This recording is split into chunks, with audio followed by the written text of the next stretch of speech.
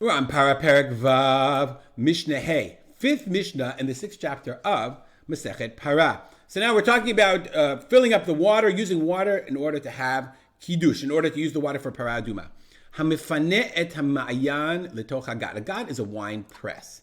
Okay, so you have a wine press, you want to fill in the water. So what you have a ma'ayan, you have a well, you have water that's a ma'ayan, spring water that's naturally flowing.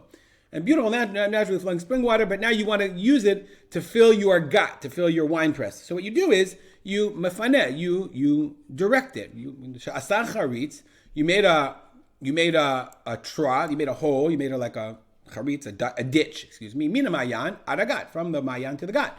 Kedei shivnu shama mea mayan, in order that the water will flow into the mea mayan. Great. So as long as that water is flowing, that's ma'im chayim. But once you filled it up, then you filled it in your ditch. So now your gut, your press is full. Okay, it's full of water. So now you directed my well water to the gut.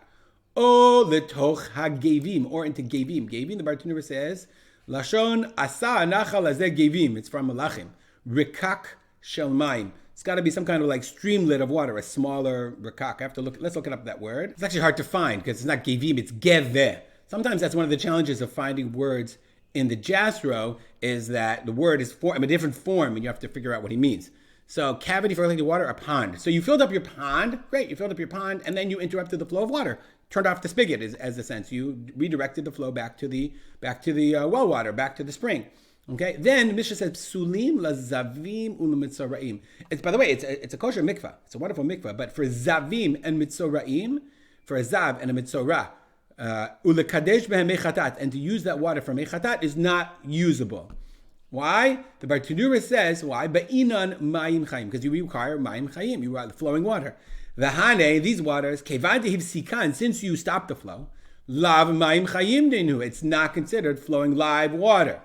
But then the Mishnah says, because it wasn't filled in with a keli. That's not relevant for our case, but what that means, the Bartenura says, is v'hadiktani, that which the Mishnah says, because it wasn't filled with a kli,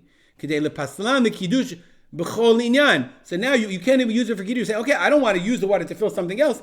I've got my water in this god, in this pond, in this wine press, in this receptacle. I want to put the ashes in this thing. No. You can't do that. Even